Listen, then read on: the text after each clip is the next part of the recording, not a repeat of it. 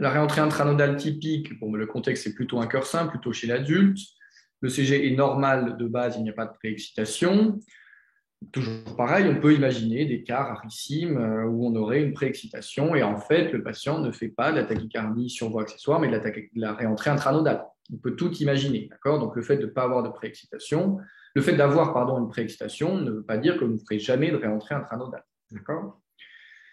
Le démarrage va se faire sur un saut de conduction, sur une extrasystole atriale. On aura l'occasion de le voir plus en profondeur. Parfois, on va avoir plusieurs extrasystoles atriales avant le démarrage de tachycardie. Et surtout, ces extrasystoles sont différentes de l'activité atriale en tachycardie. Là, pour le coup, j'ai mis en rouge les critères qui sont obligatoires. Vous avez vu qu'il n'y en a pas eu beaucoup jusqu'à présent. Il y a quasiment toujours des petites exceptions à droite à gauche. C'est pour ça qu'il vaut mieux comprendre qu'apprendre par cœur, comprendre chacun des mécanismes. Le RP' court, bon, bah, dans une réentrée intranodale typique, par définition, l'activité atriale qu'on voit ici négative en D2 et en AVF, elle est par définition collée au QRS d'avant, sinon ça s'appelle une réentrée intranodale atypique. Donc là, par définition, là, le RP' court est obligatoire. D'accord? En général, il est même virtuel, c'est-à-dire que l'activité atriale est quasiment à l'intérieur du QRS. Parfois, on ne la voit absolument pas.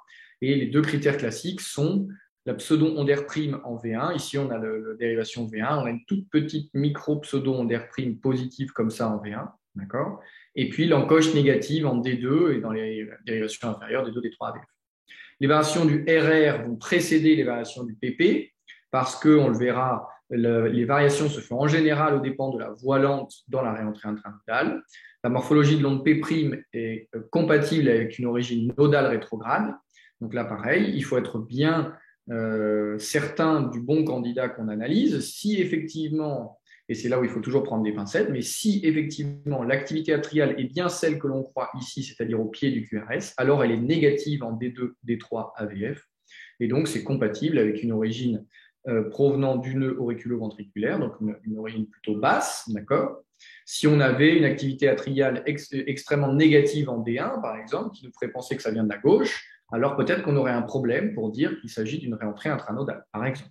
D'accord? Donc on peut essayer d'analyser la morphologie, mais à nouveau, c'est un critère plutôt faible en général parce que analyser une morphologie d'activité atriale rétrograde, eh bien, on prend un petit peu toujours des risques parce que cette activité, elle est un petit peu fusionnée avec le QRS, un peu fusionnée avec l'onde T. Et donc, on peut dire parfois un petit peu des bêtises.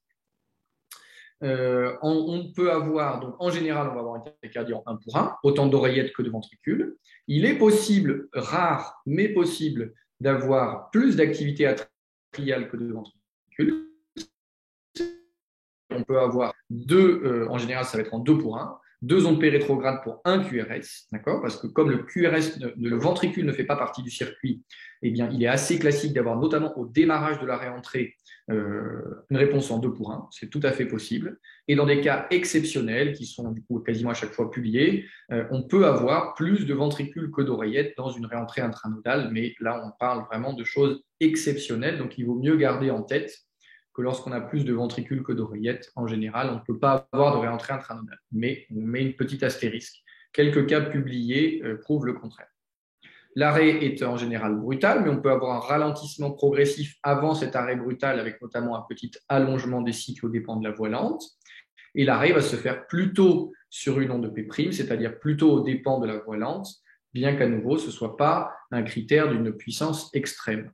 Par contre, quelque chose de très important, une réentrée intranodale typique doit s'arrêter aux manœuvres vagales, d'accord, avec un petit astérisque, c'est-à-dire une manœuvre vagale bien faite, c'est-à-dire, si les manœuvres vagales cliniques ne marchent pas, une ingestion de striadine à la dose nécessaire, 6, puis 12, puis 18 mg s'il faut, mais une réentrée intranodale doit s'arrêter à la striadine, d'accord? La réentrée intranodale atypique va être plutôt rare chez le sujet jeune, d'accord? Parce qu'en général, il faut certaines lésions au niveau du nœud auriculo-ventriculaire, donc on va le voir plutôt chez le sujet âgé ou chez le sujet qui a déjà bénéficié d'une ablation de réentrée intranodale typique, c'est tout à fait classique ça pour le coup. En général, on va avoir soit donc un ECG normal, soit un BAV1 de base qui peut favoriser le fait que la réentrée intranodale soit atypique si la voie rapide est déjà elle-même un petit peu endommagée. Plusieurs démarrages sont possibles. Le démarrage classique est celui qu'on voit ici, c'est-à-dire un démarrage sur une extrasystole ventriculaire. On a même un doublé d'extrasystole ventriculaire, une conduction longue depuis le ventricule vers l'oreillette par la voie lente rétrograde, et on repart par la voie rapide antérograde, voie lente, voie rapide, voie lente, voie rapide. D'accord ? Et donc, on part sur une réentrée intranodale atypique. Le RP' est par définition long sur une réentrée intranodale atypique. Alors, long, il y a plusieurs définitions possibles.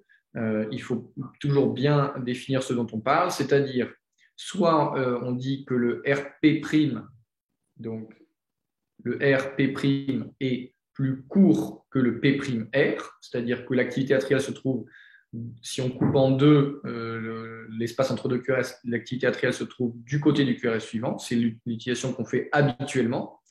D'accord ? Donc là, en l'occurrence, par exemple, sur cette tachycardie, on peut dire que le RP' est long.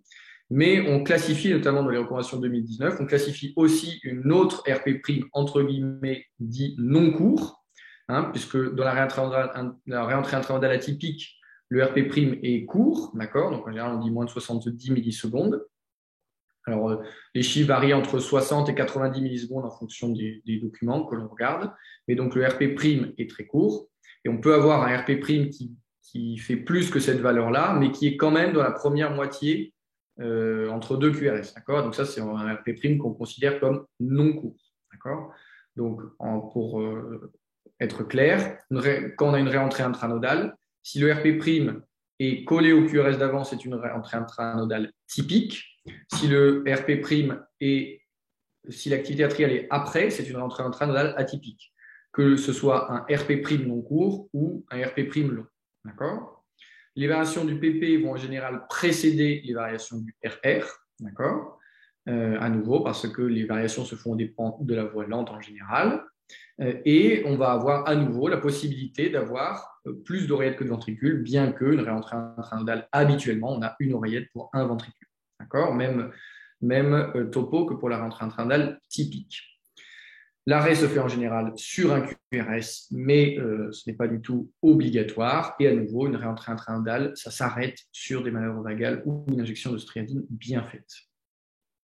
La réentrée orthodromique sur un faisceau type Kent, bon, eh bien, ça va être plutôt chez un sujet jeune qui fait des tachycardies depuis l'enfance, puisqu'il a sa voie accessoire depuis l'enfance. En rythme sinusal, on va souvent voir une préexcitation, mais ce n'est pas obligatoire. On peut éventuellement ne pas avoir de préexcitation, puisqu'on peut avoir ce qu'on verra, ce qu'on appelle une voie accessoire cachée. Le démarrage sera brutal. On aura en général une extrasystole atriale qui est différente de la tachycardie, qui va lancer la tachycardie. Le RP' va être donc court, mais à plus de 70 millisecondes. Donc, justement, un petit peu comme dans la réentrée intranodale, on aura un RP' du côté du QRS précédent, mais qui n'est pas collé au QRS comme dans la réentrée. D'ailleurs, c'est comme ça en général qu'on fait la différence classiquement entre une réentrée intranodale et une tachycardie sur voie accessoire orthodromique. C'est sur la valeur de ce RP'-là, mais il faut bien savoir qu'à nouveau, on peut être pris en défaut dans un sens comme dans l'autre, même si c'est plutôt rare. Les variations du RR vont précéder les variations du PP, puisque l'oreillette est collée au QRS d'avant via la voie accessoire. Et là, pour le coup, à nouveau, je l'ai mis en rouge, on a forcément autant d'oreillettes que de ventricules, puisque et l'oreillette et le ventricule font partie du circuit. Il n'y a pas moyen qu'il y ait plus d'oreillettes que de ventricules ou plus de ventricules que d'oreillettes. C'est vraiment un aspect obligatoire. C'est un des rares critères parfaitement inébranlables sur les ECG, dans les tachycardies fonctionnelles. On peut avoir le classique bloc de branche ralentisseur, bloc de branche droit avec une voie accessoire droite ou bloc de branche gauche avec une voie accessoire à gauche. Et la morphologie de l'onde P' va dépendre de la localisation de la voie accessoire. Et donc, si on a une onde P' très négative en D1, eh bien, il est plutôt plus probable qu'il s'agisse d'une voie accessoire à gauche plutôt que d'une réentrée intranodale, par exemple. L'arrêt se fera en général sur une onde P', puisque ce n'est pas la voie accessoire qui va bloquer en général, c'est plutôt le nœud AV sur la redescente vers le QRS. Et les manœuvres vagales vont permettre d'arrêter la voie accessoire. Pareil, on aurait pu le mettre en rouge. Une tachycardie sur voie accessoire type Kent s'arrête aux manœuvres vagales, à moins qu'elle tourne entre deux voies accessoires, ce qui est évidemment rarissime et ne donne pas de tachycardie à QRS fin. La rentrée intranodale antidromique, la rentrée antidromique sur voie accessoire de type Kent, qui est plus rare, à nouveau plutôt un sujet jeune, puisqu'il s'agit d'une réentrée sur voie accessoire, des débuts de palpitation dans l'enfance.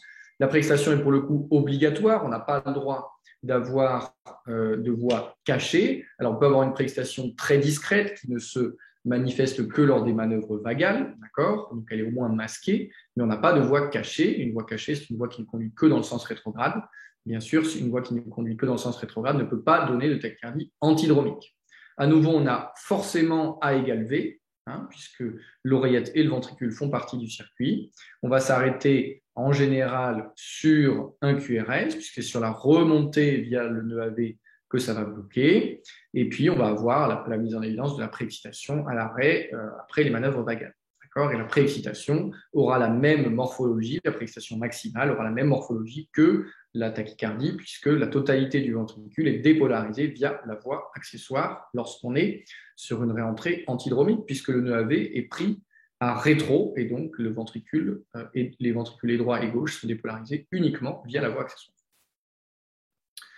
Un petit mot sur la tachycardie de Koumel, donc la fameuse PGRT, la permanente jonctionnelle réentrante tachycardia, sujet en général jeune dans la PGRT et dans la tachycardie de Koumel classique, donc sujet jeune, plutôt des enfants qui ont des débuts de palpitation depuis l'enfance, parfois qui sont asymptomatiques, et chez qui il y a une cardiopathie dilatée rythmique. Dans le Koumel, pour le syndrome de M. Koumel, il y avait une cardiopathie associée à cette tachycardie jonctionnelle permanente.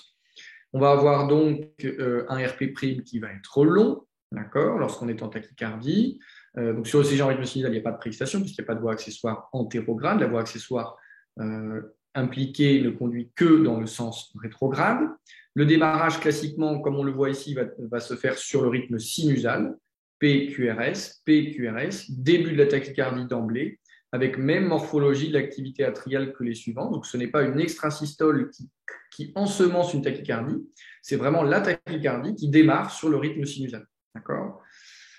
Donc là, on voit en l'occurrence l'activité atriale qui est ici, avec un RP' qui est long, le premier battement qui est identique au suivant, et une morphologie qui est assez classique, avec donc une négativité dans les dérivations inférieures, d'accord, et plutôt une petite positivité en V1.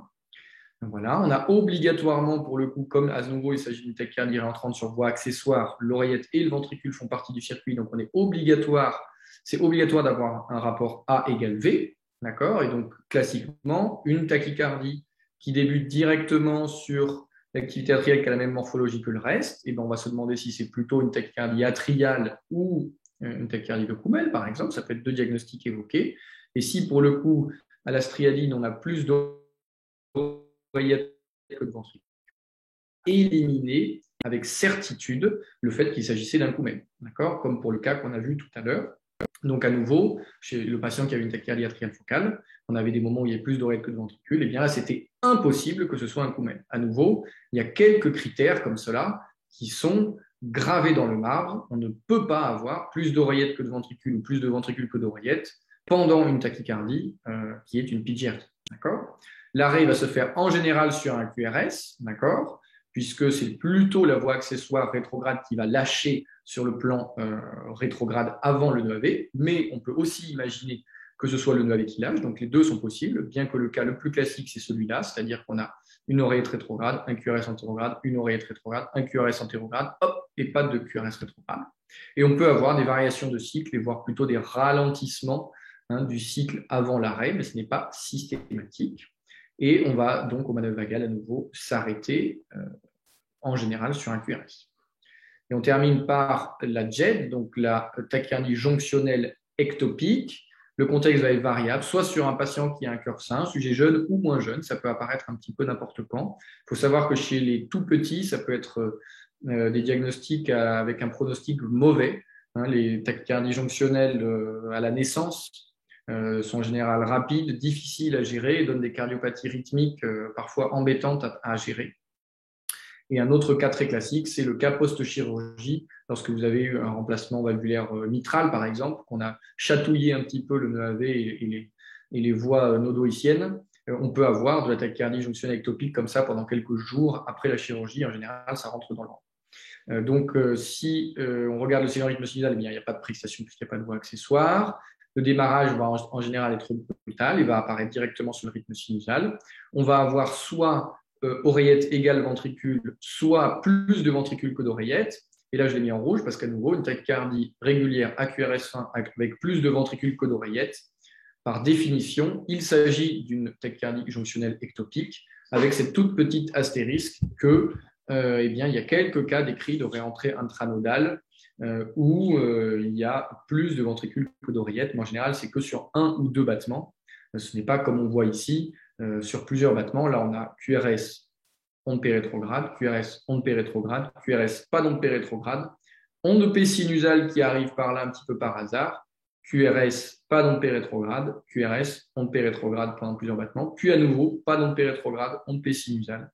Et voilà, donc il y a une concurrence entre l'activité atriale rétrograde et le nœud sinusal qui a envie, lui, de se dépolariser. Et quand il n'est pas reseté par une activité atriale rétrograde, eh bien, il envoie son petit influx antérograde. D'accord ? Les variations des RR vont précéder les variations des PP, puisque ce sont les ventricules qui drivent de façon automatique la tachycardie. L'arrêt va se faire en général sur une activité atriale, puisque c'est le QRS qui drive, donc le QRS va s'arrêter, et du coup, il n'y aura pas d'activité atriale derrière. Et les réponses aux manœuvres vagales, eh bien, en général, la tachycardie jonctionnelle ne va pas s'arrêter aux manœuvres vagales, mais par contre, si on avait une activité en 1 pour 1, comme c'est le cas par exemple sur ces quelques battements ici, eh bien, on va dissocier l'activité et on va avoir plus de ventricules que d'oreillettes. Donc, sur une tachycardie jonctionnelle, le diagnostic est en général assez simple, ectopique, le diagnostic est en général assez simple. On va mettre de la striadine et on va voir qu'il y a plus de ventricules que d'oreillettes à la striadine. Et là, on a notre diagnostic, puisqu'une réentrée intranodale, même si elle est très particulière, qu'il y a plus de ventricules que d'oreillettes, eh bien, par définition, notre réentrée devrait s'arrêter aux manœuvres vagales. D'accord ? Et donc là, on a clairement un diagnostic de certitude si on a plus de ventricules que d'oreillettes avec une injection de striadine. D'accord ? Donc voilà un petit peu l'objet du topo aujourd'hui. Vous remettre en tête les diagnostics possibles, savoir quels sont les critères que l'on recherche. Pensez toujours à chercher le contexte, essayer d'attraper le démarrage de la tachycardie, faire des enregistrements longs pour avoir le plus d'informations possible pendant la tachycardie, essayer d'avoir l'arrêt des tachycardies. Tout ça, ce sont vraiment des éléments essentiels. Donc, il faut connaître les diagnostics possibles. Voilà, donc ça, c'est de la connaissance. Il faut comprendre les mécanismes de chaque tachycardie pour comprendre ce qui est possible et ce qui n'est pas possible. Il faut être capable de hiérarchiser la puissance diagnostique de chaque critère que l'on utilise. J'ai essayé très rapidement là de vous faire sentir qu'il y a certains critères qui sont plus forts que d'autres. Et pour les hiérarchiser, il faut de l'expérience, mais surtout de la compréhension des mécanismes et à nouveau de comprendre ce qui est possible et pas possible. Et surtout, ce qui fera de vous quelqu'un qui est fort en interprétation de CG, ce sera de traquer tous les indices.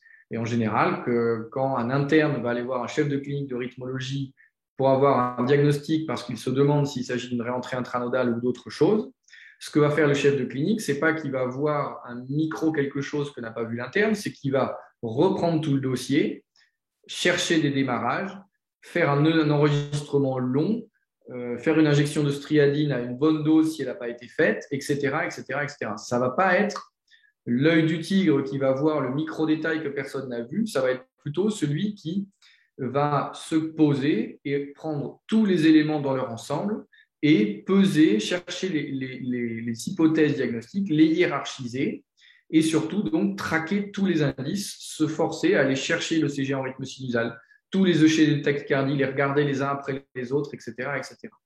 Et bien sûr, s'il reste un doute à la fin, il y a toujours l'exploration électrophysiologique parce que parfois, il faut savoir que sur certains ECG, on ne peut pas avoir de diagnostic de certitude à la fin de la réflexion. Et dans ces cas-là, et bien sûr, on voit un diagnostic de certitude, l'exploration électrophysiologique est en mesure de nous le donner. Voilà pour ce topo sur l'ECG des tachycardies à QRS fin régulière. Merci.